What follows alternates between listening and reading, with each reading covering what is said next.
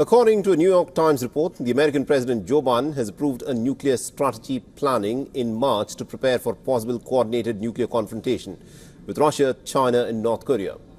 The New York Times report claims that the shift has come as the Pentagon now believes that China's stockpiles will rival the size and diversity as that of the United States and Russia's over the next decade.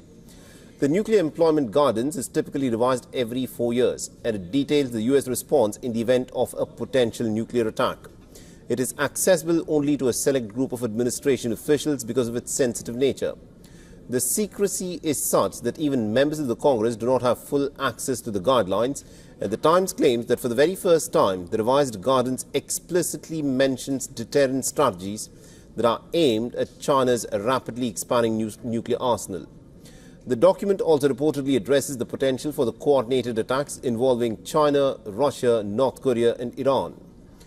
The White House was quick to quash the report. It said that the plan wasn't a response to a single country or any threat. The spokesperson Sean Savett said that while the specific text of the guidance is classified, its existence is in no way any secret. The guidance issued earlier this year is not a response to any single entity, country or threat. On the other hand, China has expressed some serious concerns over the report.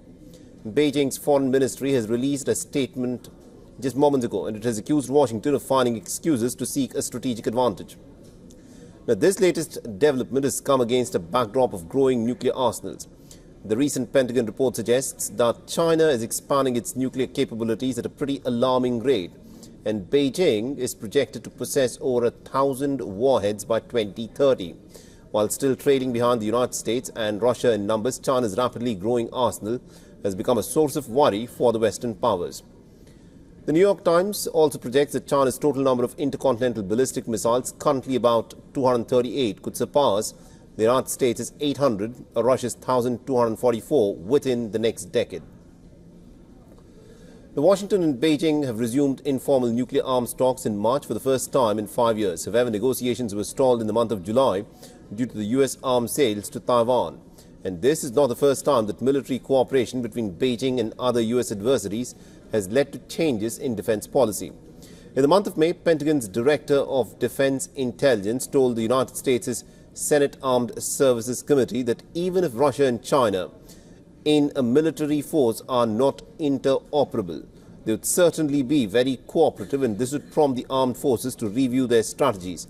At the same hearing, the U.S. Director of National Intelligence said that Sino-Russian operations were prompting new planning across the government in many respects, citing the country's joint naval exercises as a cause of serious concern.